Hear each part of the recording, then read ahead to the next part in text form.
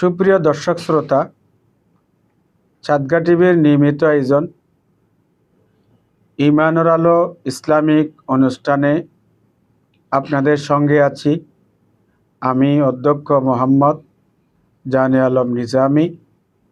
আজকে আপনাদের সাথে পরিচয় করিয়ে দেব হাটহাজারী জামিয়া ওদুদিয়া কামিল মাদ্রাসার স্বনামধন্য উপাধ্যক্ষ মুফতি আল্লামা জাকের আহমদ সিদ্দিকী।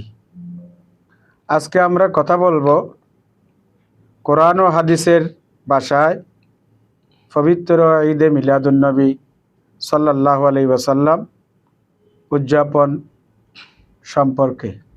মহতারাম এ বিষয়ে আলোচনা করবেন।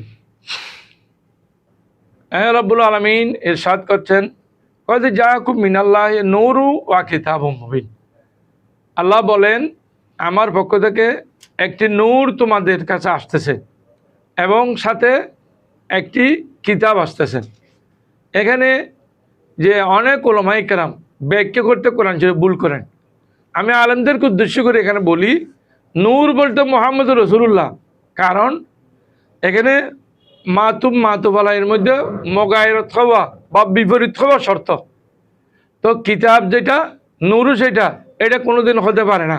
যারা ভালো আলেম বিজ্ঞ আলেম ইসলামিক স্কলারগণ বলেন যে নূর বলতে মুহাম্মদুর হুয়াল নবী সাল্লাল্লাহু আলাইহি ওয়াসাল্লাম। তাফসীরের কিতাব দেখেন যে আমাদের নবী এসেছেন, সাথে একটি কিতাব নিয়ে এসেছেন। কিতাবের নাম হলো কোরআনুল কারীম।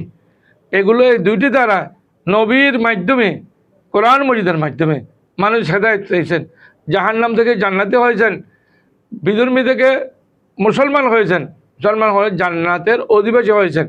সুতরাং আল্লাহ বলছেন আমার নবী এসেছেন, তো আমরা তো মাহফিলের মধ্যে নবীর আগমনের বার্তা জানাই।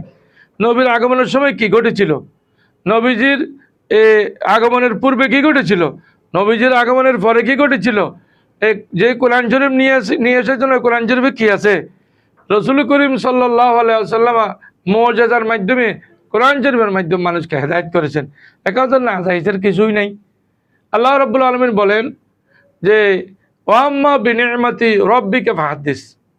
এর তাফসীরের মধ্যে লিখতেছেন যে আল্লাহ অগণিত নিয়ামত আমাদেরকে দিয়েছেন। আল্লাহ চাঁদ দিয়েছেন, সূর্য দিয়েছেন, আকাশ দিয়েছেন, বাতাস দিয়েছেন, পানি দিয়েছেন। আল্লাহ আমাদেরকে চক্ষু, কর্ণ, নাসিকা, শরীরের অঙ্গ প্রত্যঙ্গ অনেক কিছু দিয়েছেন। তবে তন্মধ্যে মুফাসসিরিন কেরাম বলেন আর নিয়ামতুল উজমা হুয়ান নবী সাল্লাল্লাহু আলাইহি ওয়াসাল্লাম।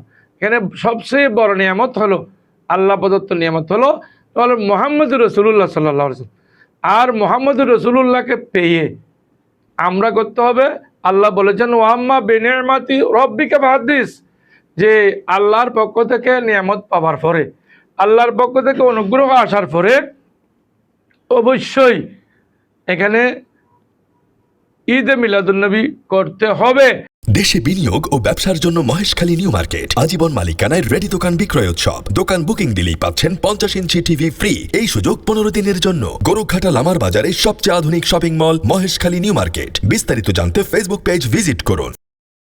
শুধু করবো এটা নয়, ফাহাদ্দিস বলছেন নিয়ামত পাওয়ার পরে নিয়ামতের আলোচনা করেন।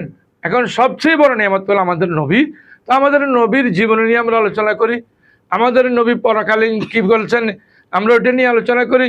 আমাদের নবী সামাজিক জীবন, রাষ্ট্রীয় জীবন এবং ব্যক্তিগত জীবন কীভাবে পরিচালনা করতে বলছেন আমরা ওগুলো বলি।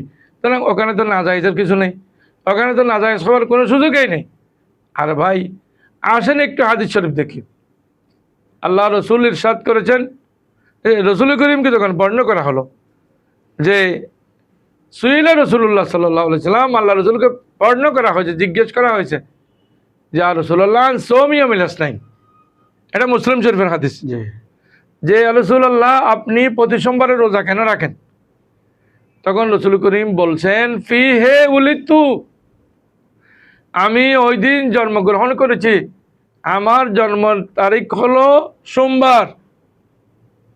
অবিউবাযু, আমাকে ওই দিন আল্লাহ রাব্বুল আলামিন নবুয়ত দান করেছেন এবং আল্লাহ রাব্বুল আলামিন আমাকে ওই দিন আলাইয়া উনজিলা, ওই দিন আমার উপর কোরআন মজিদ নাজিল করা হয়েছে।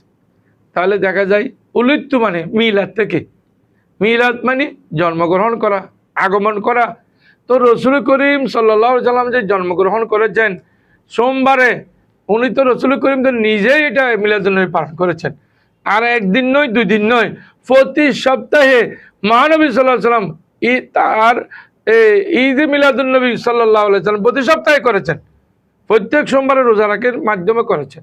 হ্যাঁ, বলতে পারেন তাহলে আপনারা রোজা না রেখে এবার আপনারা অন্য অন্য দ্রব্যাদি খাওয়ার পরে, বিরিয়ানি খাওয়ার পরে আপনারা কেন মিলাদুন্নবী করেন? হ্যাঁ, রসুল করিম সাল্লাল্লাহু আলাইহি সাল্লাম রোজা রেখে করেছেন, আমরা কোরআন শরীফ পড়ি করি, আমরা হাদিস শরীফ পড়ি করি, আমরা দরুদ শরীফ পড়ি, আমরা সেখানে মিলাদ ও কিয়াম করি, আমরা সেখানে তাবরুকাতের আয়োজন করি। এখানে তো আর না যাইতের কিছু নেই। সুতরাং আমরা দেখতেছি যে তবরুকাতের আয়োজন আমরা করি, এখানেও তো শেফা আছে, নামাজ আদায় করেন, সুতরাং ওই দিন ভালো কাজ করেন। আর আমরা সবাই চলুন, আমরা সবাই মিলে ঈদে মিলাদুন্নবী সাল্লাল্লাহু আলাইহি সাল্লাম, জশ্নে জুলুস ঈদে মিলাদুন্নবী সাল্লাল্লাহু আলাইহি সাল্লাম আগামী 26 তারিখ একেবারে সুন্দর করে আমরা উদযাপন করি। আল্লাহ রাব্বুল আলামিন আমাদেরকে সুন্দরভাবে ঈদে মিলাদুন্নবীর উদযাপন করার, জশ্নে জুলুস করার, ঈদে মিলাদুন্নবীর দিন তবরুকাতের আয়োজন করার জন্য, মাহফিল, বড় বড় মাহফিল আয়োজন করার জন্য আল্লাহ আমাদেরকে তৌফিক দান করুন। আমিন। ওয়া আখিরু দাওয়ানা আলহামদুলিল্লাহি রাব্বিল আলামিন। আসসালামু আলাইকুম ওয়া রাহমাতুল্লাহি ওয়া বারাকাতুহু।